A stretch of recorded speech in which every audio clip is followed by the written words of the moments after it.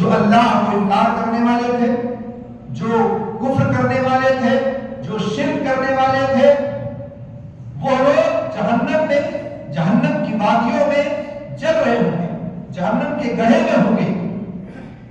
وہ جنت میں بالا خانے میں بیٹھا ہوا شخص جو اونچائی پر جنت میں بیٹھا ہوا ہے، وہ ان تمام جو ہے افراد کو، اپنے احباب کو، اپنے ساتھیوں کو پہچانتا بھی ہوگا، اور کچھ ایسے بھی ہوں گے جن کو نہیں بھی پہچانتا۔